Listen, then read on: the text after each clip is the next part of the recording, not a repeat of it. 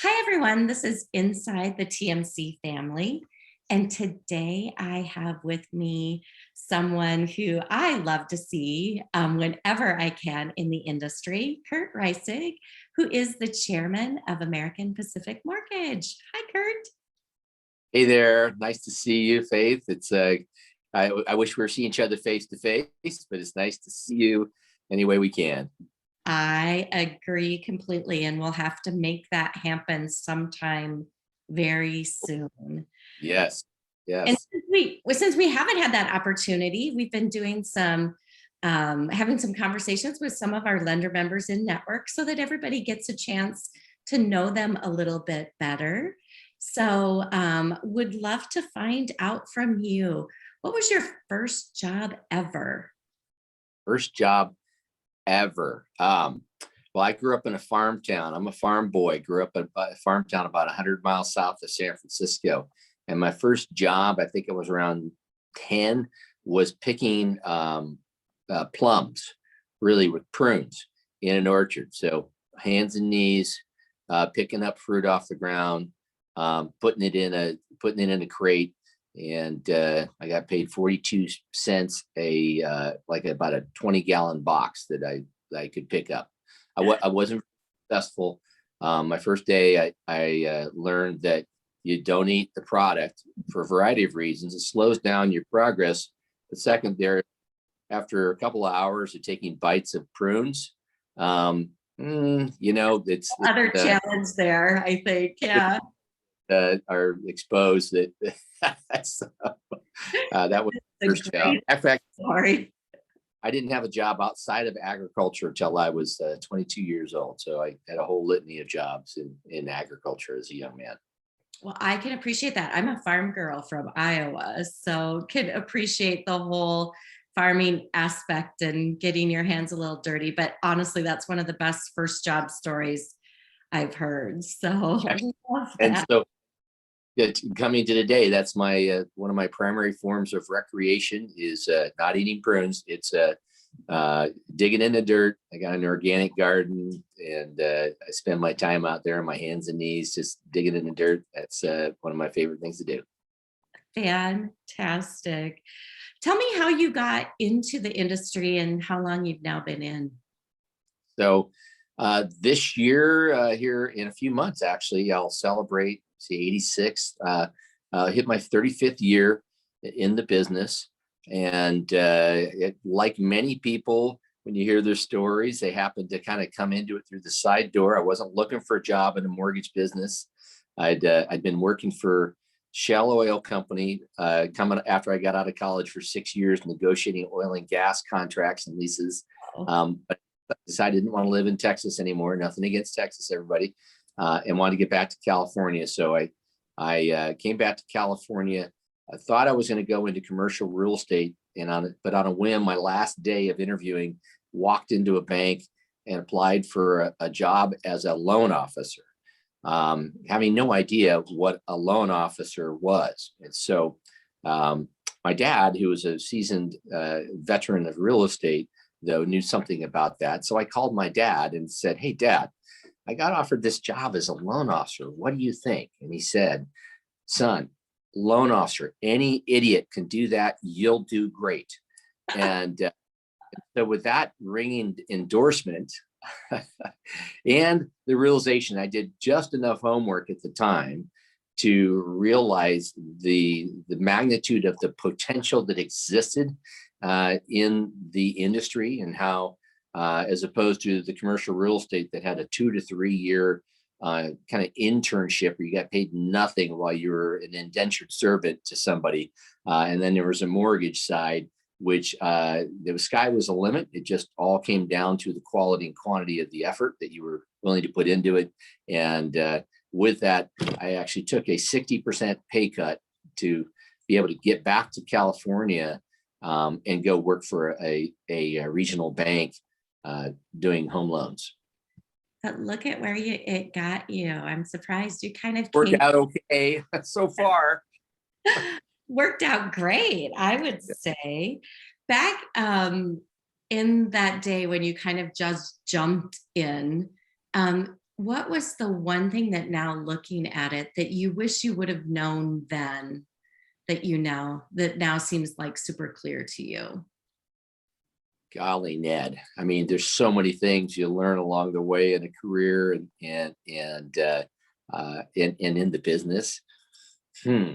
The one thing, I would just have to say that, and it's probably good that I didn't know, because things always take more time than you expect, and maybe in some ways it would be more empowering to know that it takes more time to build up that database, to build your company, to example, one of the ones I use at the time is, build my company up to the size where it's really on its own and I don't really need to even be there anymore. If someone would have told me it would have taken 35 years, I don't know that I would have kept going sometimes.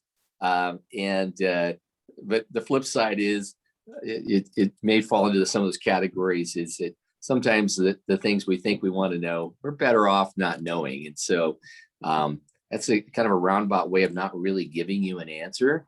But my answer is how long it takes to build a great team, to how long it takes to build a company that can be operated autonomously, meaning that you really is a company that we can extract ourselves from it, and have others run it for us and have it continue as a ongoing successful concern. And so what I wish I would have known is that the time and energy it would have taken, but then who knows, maybe I would not have had the guts to take all those risks and chances to get there if I knew exactly what the roadmap was, what it was going to take to get there. So, and that's, and what I learned early on, again, was, and this could probably be a better answer, but just the cycles in the business, and how profound they are, and the peaks and valleys of this business are unlike many industries.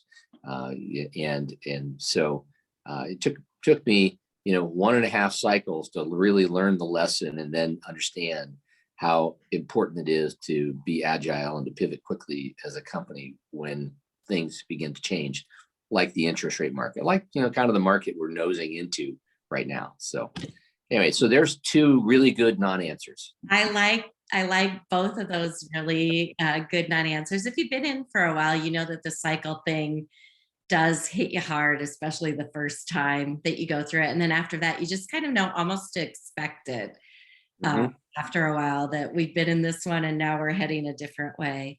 If you weren't in mortgage and you hadn't stuck in for this whole amount of time, what would you be doing? You know what I used to daydream about, but not so much anymore. Maybe it's because I'm older, but when I thought I might retire at 48, I thought that I would go become a history teacher. Uh, I'm a, I'm a big history buff. I'm a big believer that understanding where people have come from and the experience they've had in their culture and their history is really at the core behind so much of misunderstanding in the world. And so I'm really passionate about understanding different cultures and the history of different parts of the world, or even different experiences of people within our own country, as a way to promote more empathy and understanding between human beings. So I still love history, but I don't think they'd give me a job at the local school district at 64 years old at this point. We would have never guessed that you were 64 years old, but you never know, I guess. And I love the fact that in the world that we reside in today, I choose to surround myself by people who are empathetic and care about other people. So that's probably my favorite answer that you've given yet, just for that very reason. I know that you're a huge proponent in work-life balance and, kind of finding that spot that works for you. So what's your favorite thing when you get outside the office? It's like, what's your favorite thing to do that relaxes you, that gives you some of that balance? Well, I already tipped my hat on one of them. One of them is just getting on my hands and knees and pulling weeds and planting things in my garden. And my second thing is that you may have seen out there that I do frequently is mountain biking. So I'm an avid mountain biker. Even at 64, I like to enter an occasional race and ride in a mountain bike race. I love it. It's a great way to blow off steam. I'm outdoors in nature. I'm getting exercise, get a little bit of an adrenaline rush, although I'm trying to keep to wean myself off of the need for adrenaline. Again, crashing seems to hurt a little bit more than it did 5 or 10 years ago. Yeah. Yeah.